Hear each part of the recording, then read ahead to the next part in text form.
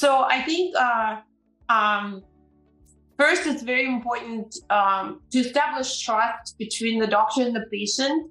But then also, I do teach my patients that I can't achieve all the goals in just one visit, especially initial visit, right? So sometimes patients come in with very long, complicated history, and they expect that, or they hope that I can just fix everything, the rash and the itching and everything else, just from the first visit. But I say that I also need time to learn them, to collect adequate history, to learn what worked and what didn't work before.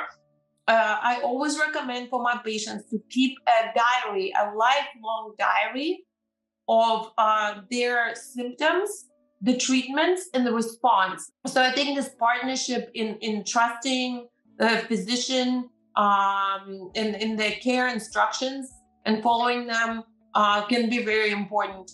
And communication. So she touched on some things that are absolutely essential, like following the doctor's directions. I know some people that have appointments, they cancel all the time, and they're inconsistent with treatments and everything like that. So yeah, it's important for us to do our parts so that we can get the best out of our relationship with our doctor. If the doctor sees something that they can't address, if they refer you to someone, then chances are maybe they have a rapport with that person.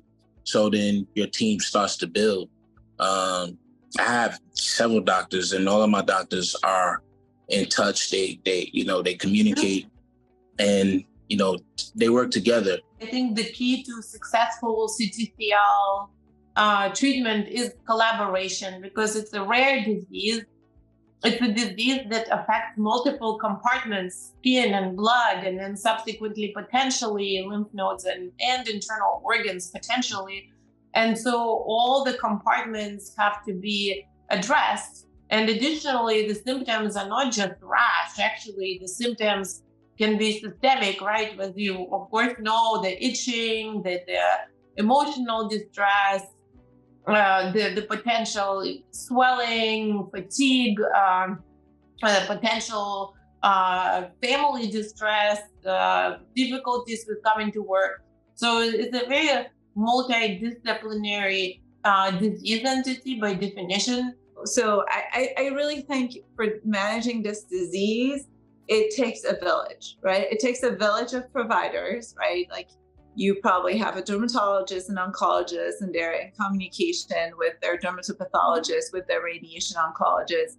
It really, truly is not a one-man work. I think that is important to do it in manage this disease in a multidisciplinary fashion. I have an amazing team, and everyone works together. And you probably can't tell at this point, from the way I look at this moment, but at one time I was in the hospital for 4 months, and all of my skin peeled, and I was down to 150 pounds. And from that whole experience, it's been my same team. This team ended up doing the right things, and I'm here. So my main oncologist is very direct, and that's something that I, as a man, I feel like I respond to a little better. I don't want anyone to beat around the bush. I don't want them to dance around what's going on. I need someone to tell me exactly what's going on and how do we fix it. I have a lot of patients like Ron, right? They want to know exactly what's going on. And if plan A doesn't work, what is our plan B? What are our plan C? I do have patients that don't want to know, right? Like, just tell me what the next step is exactly, and that's all I want to know. So I think understanding that, different ways works for different teams, and when I say teams, both patients and providers, it is very important to keep a good, healthy relationship and be able to offer the best management for each patient. It's really comforting when you see someone and they listen.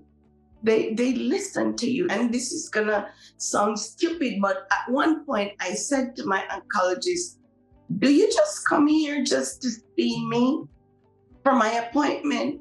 And he just laughed and said, well, no, but it sounded but that's how I felt.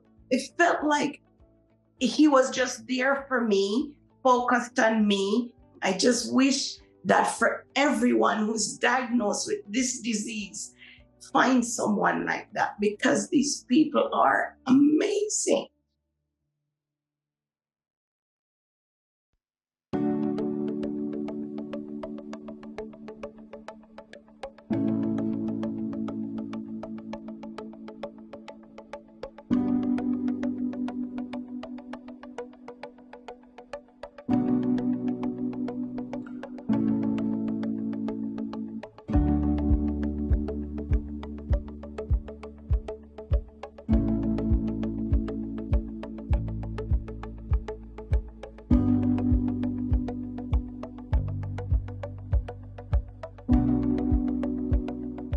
Around 2015, I started to see some blemishes on my skin.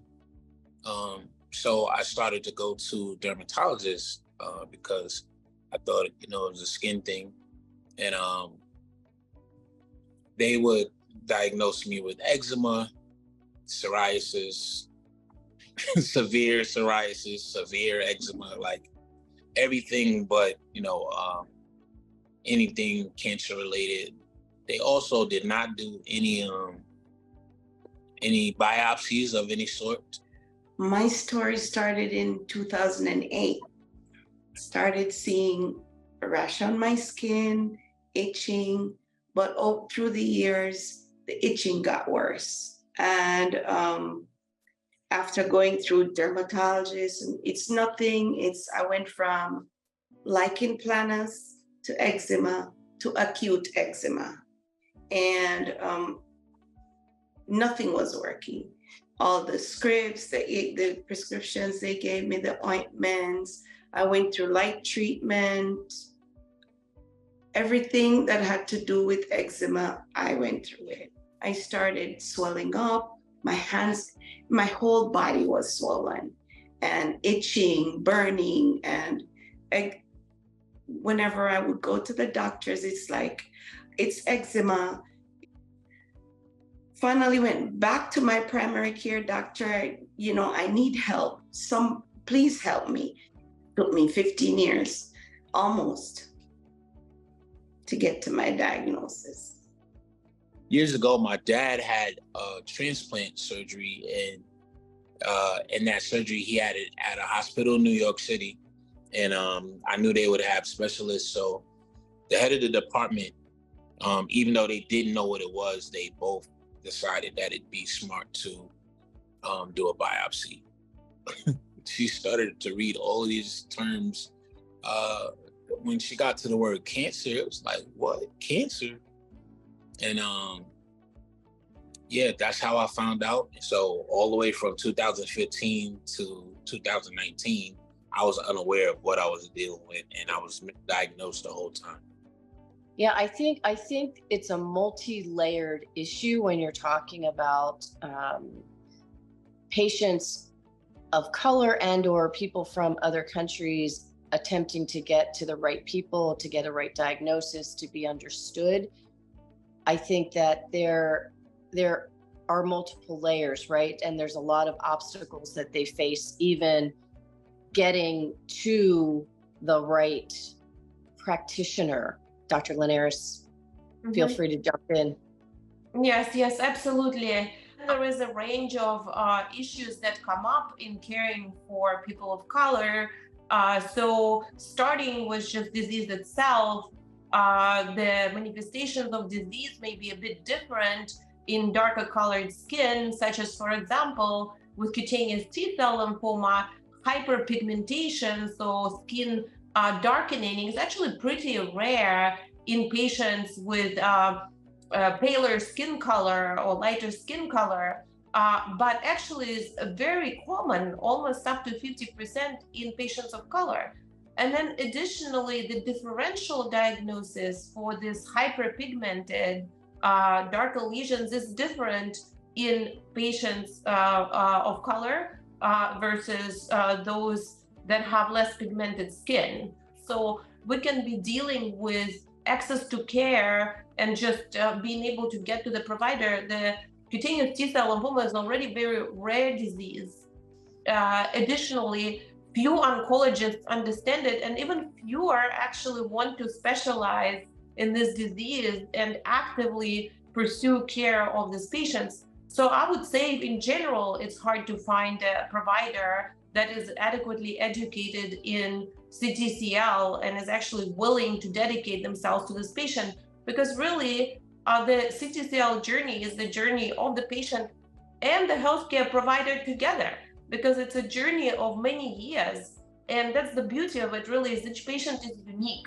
And the provider has to be in sync with the patient. The provider has to be consistent. Provider has to learn and understand their body. So this continuity of care, years of care together, is very important. When you end up having hypopigmented disease, which leaves the white marks on a darker colored skin, can be pretty traumatizing for folks to have to deal with the stigma of that, even if the disease itself is manageable, even though it's chronic and it may not be life-threatening, but the impact of someone's life and quality of life because of how it presents can have a devastating effect. I stopped working in the days. I took night jobs because I didn't want anyone to see my skin like that, or for me. It got so bad that when I did get diagnosed, I asked my oncologist, could you give me something for the itching? And he looked me dead in the eye and he said to me, Ms. Bukal, of all these years that you're getting prescription, did it ever work? And I said, no. Okay. So we're going to the problem, the root of the problem. And it was so comforting to hear that, okay, you got this diagnosis, now there's a treatment plan for you.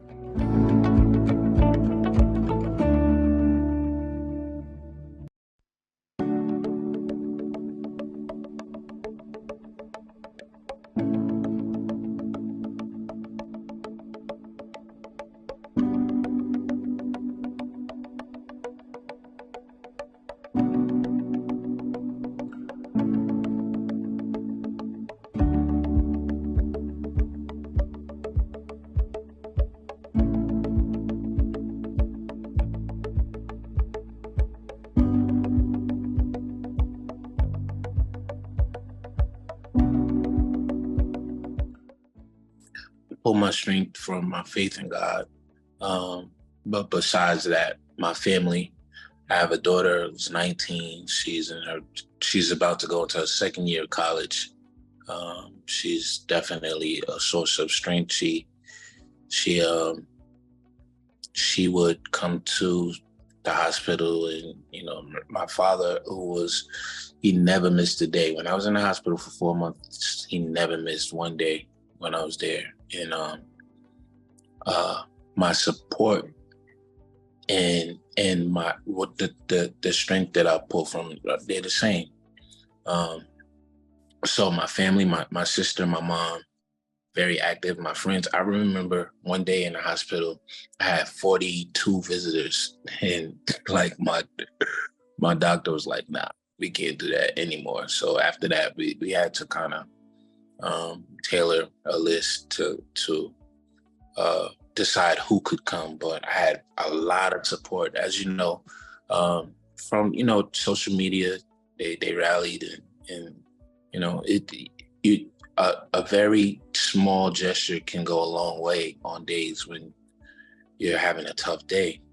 Someone sends you a random, thinking about you, Do you need anything? You know, those things go a long way. So when I got diagnosed, we had my family, we had just lost my brother to pancreatic cancer, like literally a couple months before.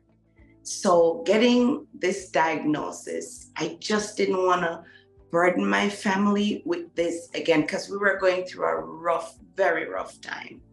So my sister was my confidant. She was my rock.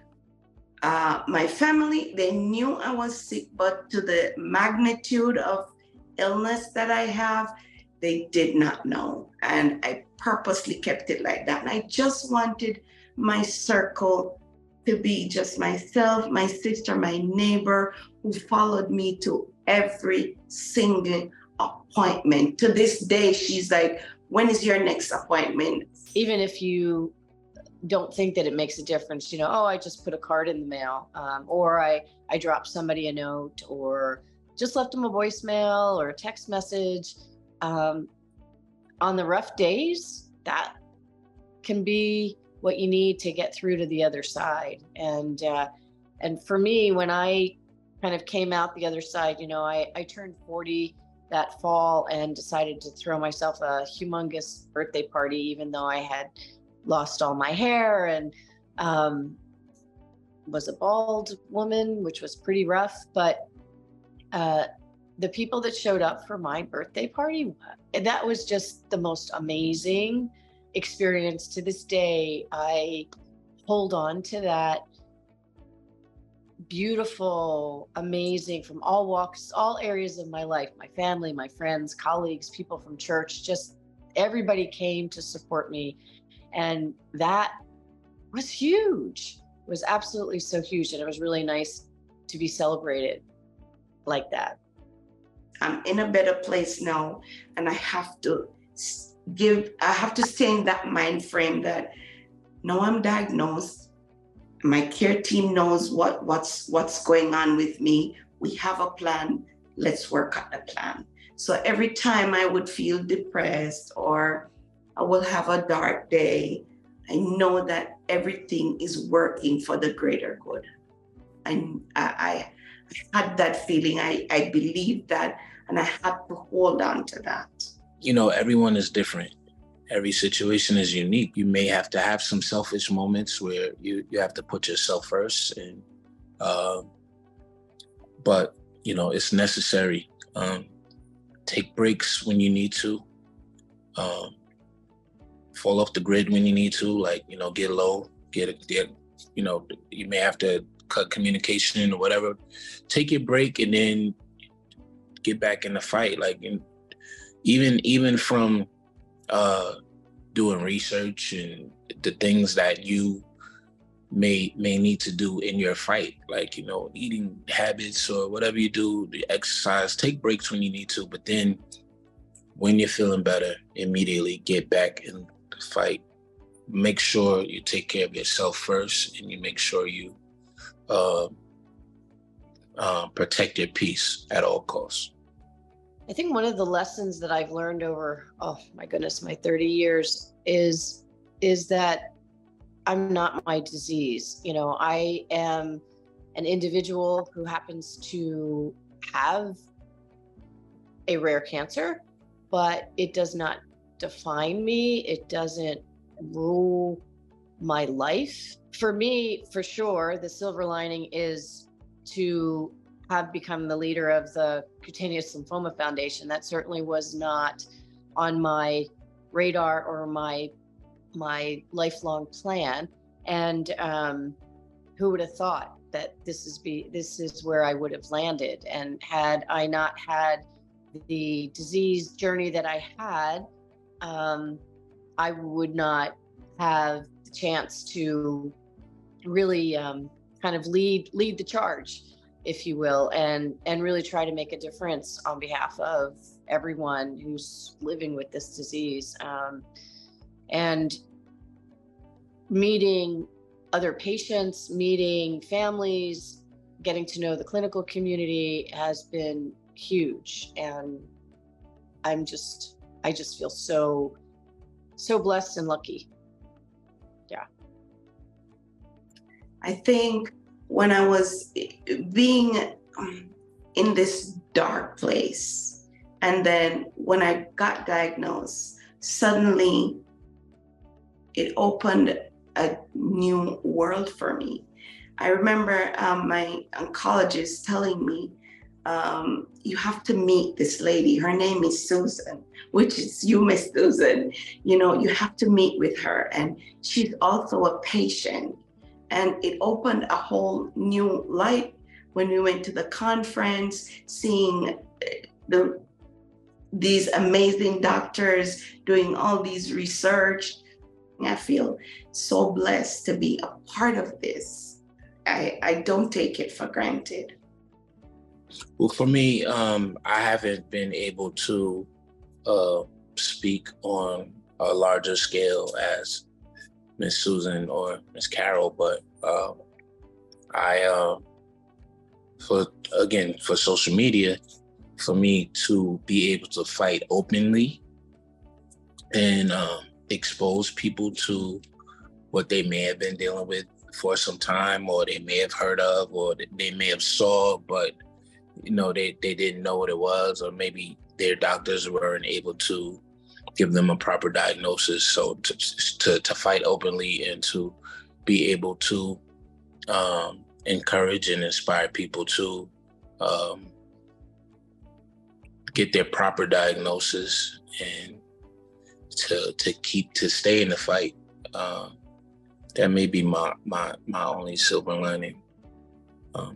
Yeah. I so applaud your courage, because I think to go out on social media with a challenging and very visible disease takes a huge amount of courage, and to put yourself out there for other people makes such a difference. And you never know how what you share has an impact for someone that you will never ever meet. Being able to show your experience so that others don't feel so alone is huge.